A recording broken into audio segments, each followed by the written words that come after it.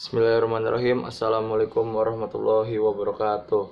Perkenalkan, nama saya Alvin Maulana, NIM D600 1736.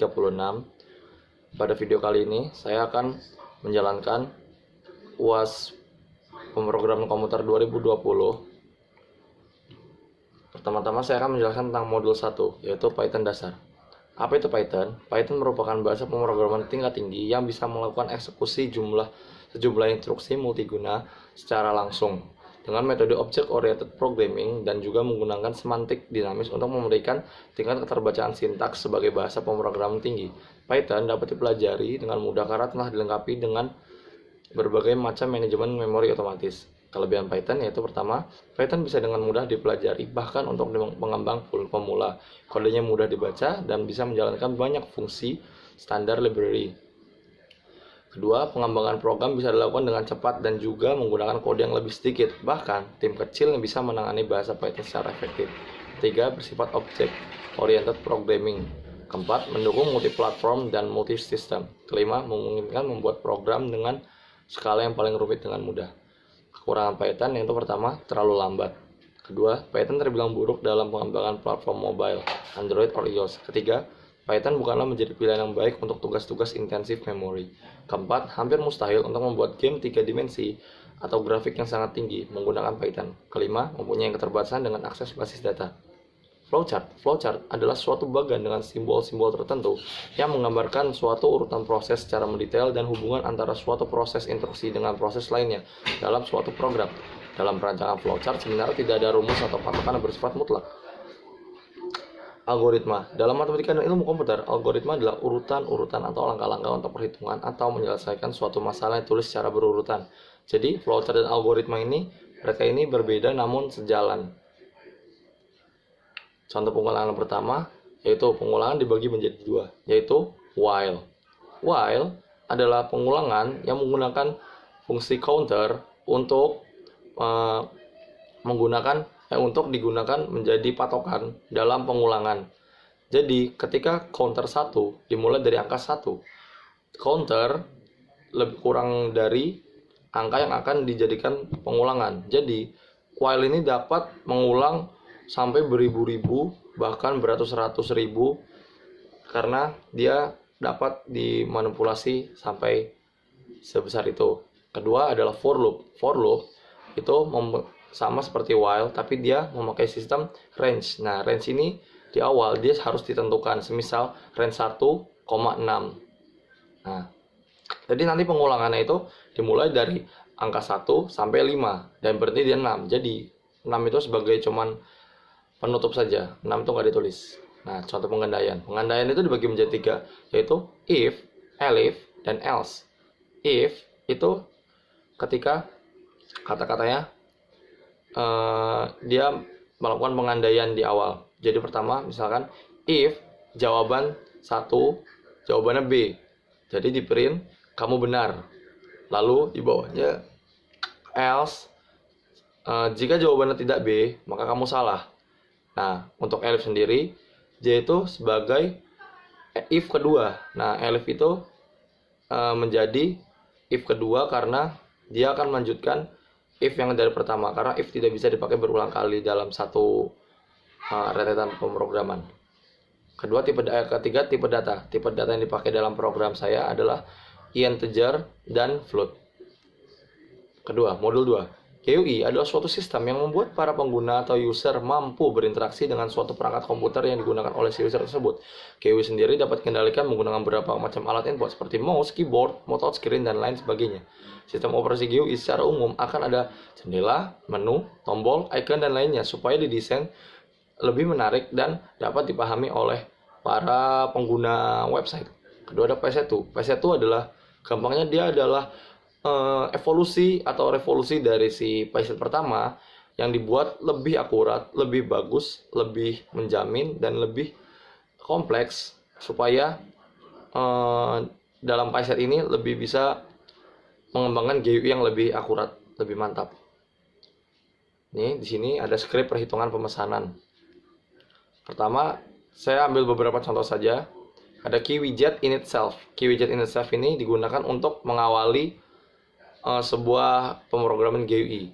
Lalu ada key label. Nah, key label ini digunakan untuk penulisan dalam GUI. Lalu ada key line edit. Nah, key line edit ini digunakan untuk menginput penulisan yang ada di GUI. Lalu ada key combo box. Nah, key combo box ini dalam artinya juga combo box. Jadi combo, jadi double box. Jadi di dalam combo box ini kita dapat memilih beberapa option yang akan diisi oleh indeks-indeks yang akan ditentukan. Lalu ada spin box. Nah, spin box ini dia bentuknya seperti up and down. Jadi kita dapat mengaturnya untuk menaikkan angka atau menurunkan angka. Lalu ada key form layout. Nah, key form layout ini digunakan untuk mengatur layout yang ada pada si GUI ini. Jadi ketika key form layout itu ditulis, maka si GUI ini akan tersusun dengan rapih tanpa ada kerusakan, tanpa ada acak-acakan gitu. Lalu ada key push button. Nah, key push button ini dia berbentuk seperti kotak, seperti button, dan dia itu sebagai penentu apakah akan melanjutkan suatu option baru atau tidak. Di script perhitungan pemasangan hampir sama seperti yang awal tadi di perhitungan pembelian. Oke, saya akan lanjut ke modul 3, web statis dengan Django. Apa itu web statis dengan Django? Web statis adalah website yang digunakan dalam dan untuk perusahaan, tetapi dia masih berinteraksi dengan statis atau diam. Dia tidak bisa digunakan dalam pengendalian data, pengelolaan data, dan lain-lain. Cara memulai web statis dengan Django itu pertama kita mendownload Django. Lalu kita bisa menggunakan Django strip admin start project, lalu bikin nama foldernya. Semisal kita mau bikin nama projectnya my website. Nah, lalu ketika sudah selesai, kita bisa run-nya dan masuk ke dalam server dengan Python manage.py run server. Ketika sudah muncul system check identified no issues, no silences. Nah, lalu keluarlah website yang akan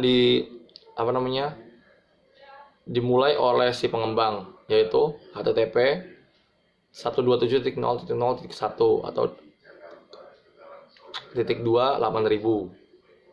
Lalu ketika kita ingin membuat aplikasi baru, start app, kita bisa menggunakan python.manage.py start app dashboard. Jadi ketika kita menuliskan start app dashboard, jadi kita dapat membuat app baru di dalam suatu websitenya.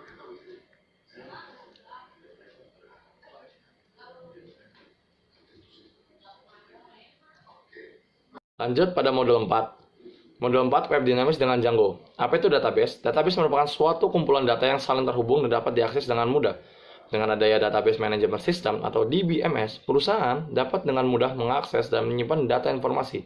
Gampangnya adalah database ini sebagai suatu wadah data yang akan saling terupdate, terorganisir dalam suatu wadah yang akan menjadikan nanti dia tuh sebagai sebuah sistem informasi yang berfungsi dan bermanfaat bagi suatu perusahaan. Lalu selanjutnya ada manfaat database dalam perusahaan. Pertama adalah mengurangi redundansi atau data yang sama pada beberapa aplikasi cukup disimpan sekali saja. Kedua, integrity, data tersimpan secara akurat. Ketiga, menghindari inkonsisten. Keempat, penggunaan data bersama. Kelima, menyangkut keseragaman penyajian data. Keenam, menyimbangkan kebutuhan, dapat ditentukan prioritas suatu operasi. Misal antar update dengan retrieval. Salah satu contoh sukses penggunaan database dalam perusahaan adalah perusahaan Amazon yang dikelola oleh Jeff Bezos dengan cara mengelola database pelanggan. Mereka memanfaatkan teknologi internet untuk membangun database pelanggan dan komunikasi dengan para pelanggannya.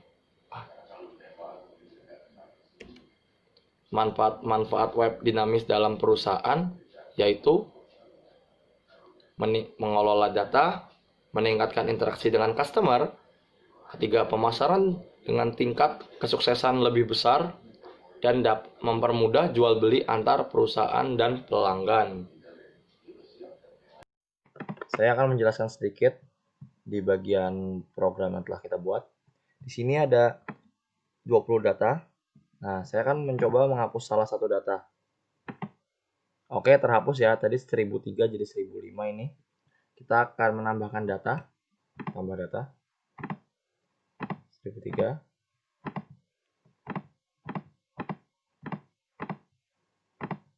Kirim. Oke, kita lihat. 1003, 441, 2019, 5.800. Oke, kita akan mengupdate data. Ini jadi 1005 jadi 1004. Ini 2019 dari 2018. Kita kirim. Oke, bisa 1004 jadi 2018 juga berubah. Terima kasih. Assalamualaikum warahmatullahi wabarakatuh.